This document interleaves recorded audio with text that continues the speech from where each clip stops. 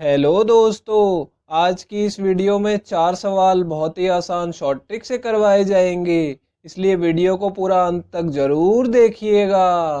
तो आइए दोस्तों, ये पहला सवाल देखते हैं। चीनी के मूल्य में 25% कमी होने पर कोई व्यक्ति 840 रुपये में 5 किलोग्राम चीनी अधिक खरीद पाता है। तो चीनी का नया मूल्य प्रति किलोग्राम कितना है, ये हमें बताना है दोस्तों।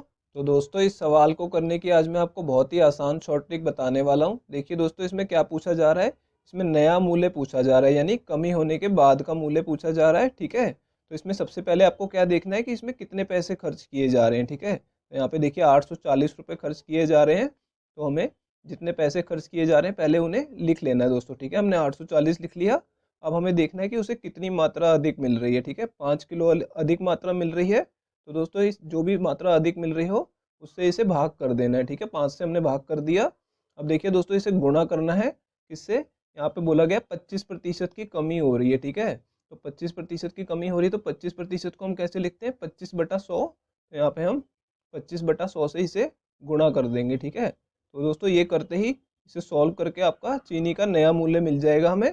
देखिए यहाँ पे 25 से काटेंगे तो ऊपर 1 आएगा, नीचे दोस्तों 4 आएगा। ठीक है, अब 4 से इसे काटेंगे 840 को तो 210 आ जाएगा। ठीक है दोस्तों, अब इसे 5 से काटेंगे तो कितना आ जाएगा दोस्तों, ये 42 पे कटेगा।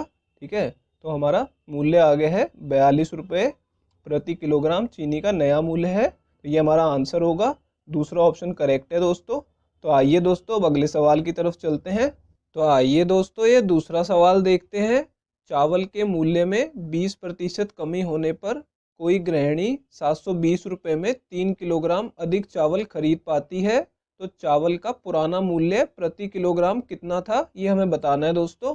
तो देखिए दोस्तों, इस सवाल में क्या पूछा जा रहा है, पुराना मूल्य पूछा जा रहा है हमसे प्रति किलोग्राम। ठीक है, पिछले वाले में नया मूल्य पूछा गया था। तो दोस्तों, पुराना मूल्य क्या होता है, कमी होने से पहले का मूल्य। तो इसकी जो ट्रिक है दोस्तों, पहले वाली ट्रिक से थोड़ी अलग है, तो इसे भी ध्यान से देखिएगा। इसमें क्या करना है दोस्तों, यहाँ पे देखिए, इसमें देखना है कि पैसे कितने खर्च हो रहे हैं। ठीक है, तो 720 रुपये यहाँ पे खर्च हो रहे हैं, तो पहले की तरह आपको 720 लिख लेना है। ठीक है दोस्तों, और यहाँ पे कितनी मात्रा अधिक मिल रही है चावल की, 3 किलोग्राम।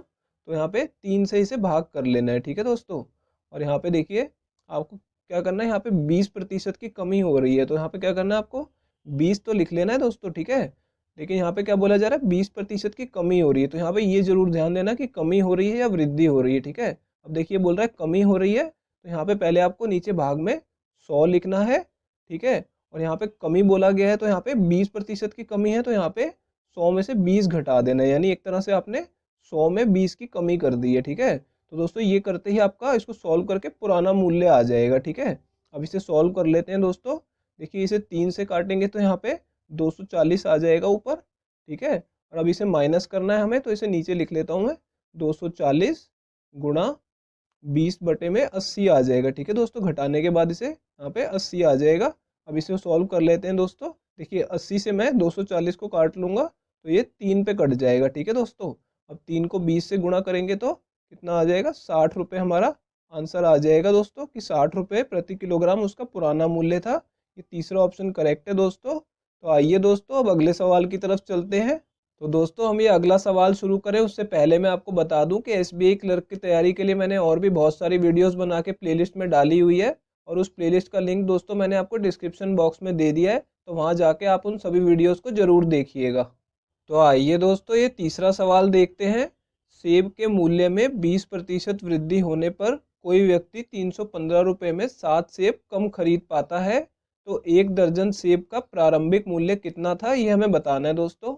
तो देखिए दोस्तों, इस सवाल में क्या पूछा जा रहा है, इसमें प्रारंभिक मूल्य पूछा जा रहा है। जैसे हमने पिछले सवाल में देखा था कि पुराना मूल्य पूछा गया था, प्रारंभिक मूल्य भी दोस्तों बिल्कुल वही चीज होती है, लेकिन इस सवाल में फर्क क्या है कि यहाँ पे 20% की वृद्धि हो रही है। ठीक है दोस्तों, और यहाँ पे हमसे 1 दर्जन का मूल्य पूछा जा रहा है। ठीक है, तो देखिए इसमें कैसे करेंगे दोस्तों, सबसे पहले हमें वही देखना है कि कितने पैसे खर्च किए जा रहे हैं। तो 315 रुपये खर्च किए जा रहे हैं, तो 315 लिख लेना है, और उससे मात्रा कितनी कम मिल रही है, 7 सेब कम मिल रहे हैं, तो हमें 7 से इसे भाग कर लेना है। ठीक है दोस्तों, अब यहाँ पे 20% की वृद्धि है, तो यहाँ पे 20 से गुणा कर लिया हमने। ठीक है दोस्तों, और इसे भाग किससे करना है, 20% की वृद्धि है, यहाँ पे ध्यान दीजिए कि 20% की वृद्धि है, तो नीचे आपको 100 लिखना है। ठीक है, और 100 में जमा कर देना है इस 20 को, क्योंकि यहाँ पे वृद्धि हो रही है। ठीक है, तो हमने एक तरह से 100 में 20 की वृद्धि कर दी। ठीक है दोस्तों, ये करते ही क्या होगा, आपका एक सेब का मूल्य आ जाएगा। जैसे पिछले में 1 किलो का मूल्य आ रहा था, इसमें एक सेब का मूल्य आ गया, लेकिन हमसे पूछा हुआ है 1 दर्जन का। ठीक है, 1 दर्जन कितना होता है, 12 सेब। तो एक सेब के मूल्य को 12 सेब का बनाने के लिए मैं 12 से गुणा भी कर दूंगा। ठीक है दोस्तों, अब देखिए इसे सॉल्व करते हैं दोस्तों। 7 से इसे काटेंगे तो ये 45 पे कटेगा, और बाकी हम नीचे लिख के सॉल्व करते हैं। 45 गुणा 20, और यहाँ पे नीचे कितना आ जाएगा दोस्तों, 120 आ जाएगा। ठीक है, और यहाँ पे गुणा में 12। ठीक है, अब ये 0 से 0 काट देंगे, 12 से दोस्तों 12 कट जाएगा, तो 45 दूनी कितना हो जाएगा दोस्तों, 90 रुपये आ जाएगा। यानी कि ये हमारा आंसर होगा कि 1 दर्जन सेब का मूल्य 90 रुपये है। ये दूसरा ऑप्शन करेक्ट है दोस्तों। तो आइए दोस्तों अब अगले सवाल की तरफ चलते हैं। तो दोस्तों हम ये अगला सवाल शुरू करें उससे पहले दोस्तों, अगर आप लोग चैनल पे नए हैं तो चैनल को सब्सक्राइब जरूर कर लीजिएगा, और दोस्तों नोटिफिकेशन बेल को दबाना बिल्कुल मत भूलिएगा, ताकि आपको आने वाली सभी वीडियोस के नोटिफिकेशन मिलते रहें। तो आइए दोस्तों अब ये चौथा सवाल देखते हैं। पेट्रोल के मूल्य में 12.5% वृद्धि होने के कारण कोई व्यक्ति 1440 रुपये में 2.5 लीटर पेट्रोल कम खरीद पाता है। तो पेट्रोल का बढ़ा हुआ मूल्य प्रति लीटर कितना है, ये हमें बताना है दोस्तों।